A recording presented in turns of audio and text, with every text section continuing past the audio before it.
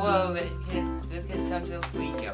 So today we're going to discuss a cancer story, because it's been 4 months exactly since I was diagnosed with cancer. So here's my cancer story.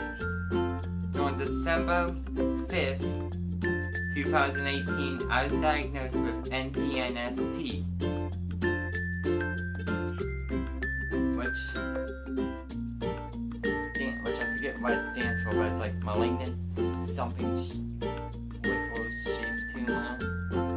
Malignant neurological peripheral-shaped tumor. The cancer mostly found with patients that have neurofibromatosis type 1, which is a neurological disease that I have. I've been getting this tumor monitored since November 2011.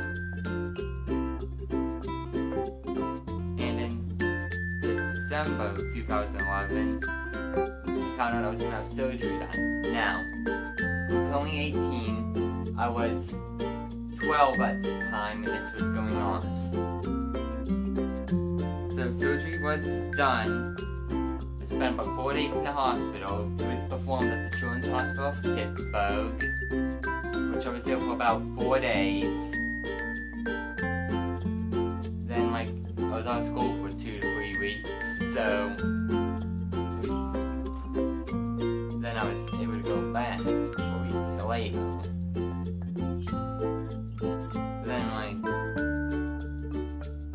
It was monitored about a month or two after.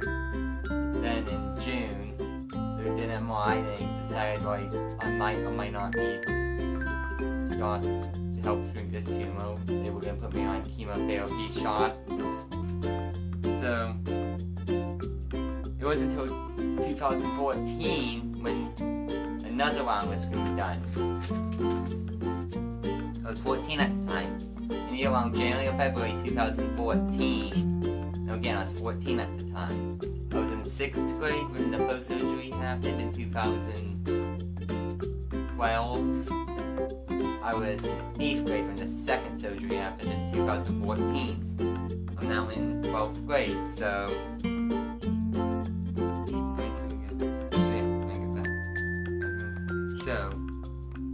anyways, I was 14 at the time. I had about 2 or 3 MRIs, and a second surgery was planned, along with physical therapy and occupational therapy, followed by chemotherapy shots. So after my surgery was planned, it was done in April 2014.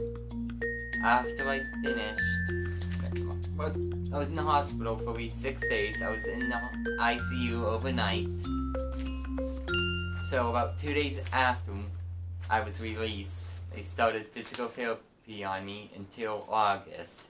Then in June they decided to do occupational therapy around the same time, August 2014. And in July 2014, just 4 days after I turned 15, they started chemotherapy shots, which had 55 doses of every Friday.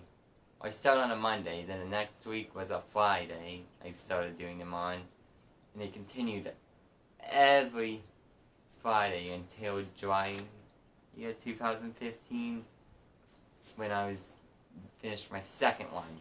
Then 3 months later, NIH said we'll monitor him now. We'll put him on a chemotherapy study, which was a pill form every day, which, the shots didn't work, and they needed me there until June 2017 when they found out that chemo pill wasn't working.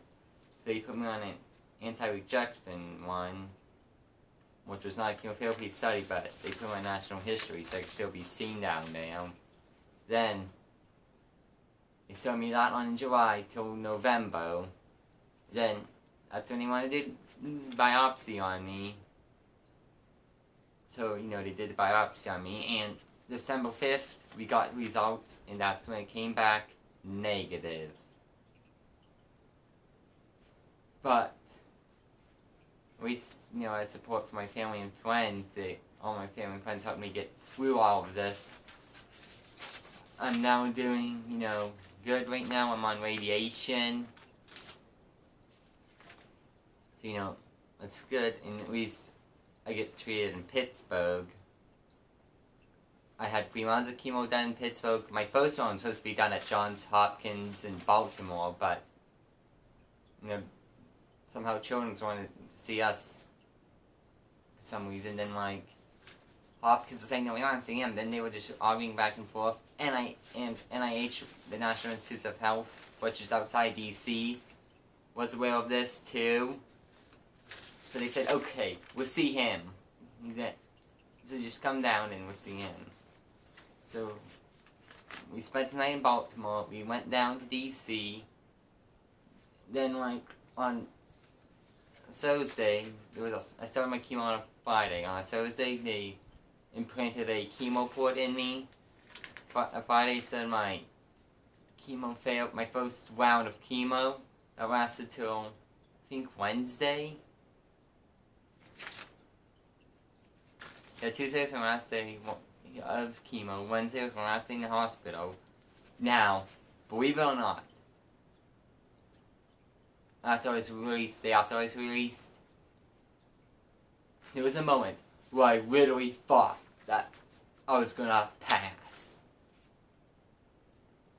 Like, not pass out, but literally.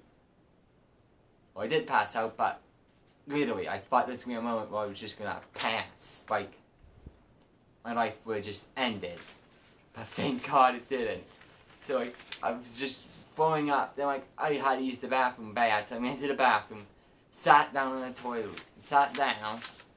Next thing you know, like, I said, go up. Like, so feeling dizzy. And, like, I faint. And, I saw someone, like, my dog was like, it's a bathroom light. But, you know, it was, like, bright out. You know, I was disoriented. Fainted at least 3 times. So, like, we rushed up to NIH, got there, put my fluids and everything, then, like, I was able to go home after 6 hours. 6 or 8 hours. It was bad. Then, too, I had knee pain, and I spent my Christmas in the hospital, which was not good, too.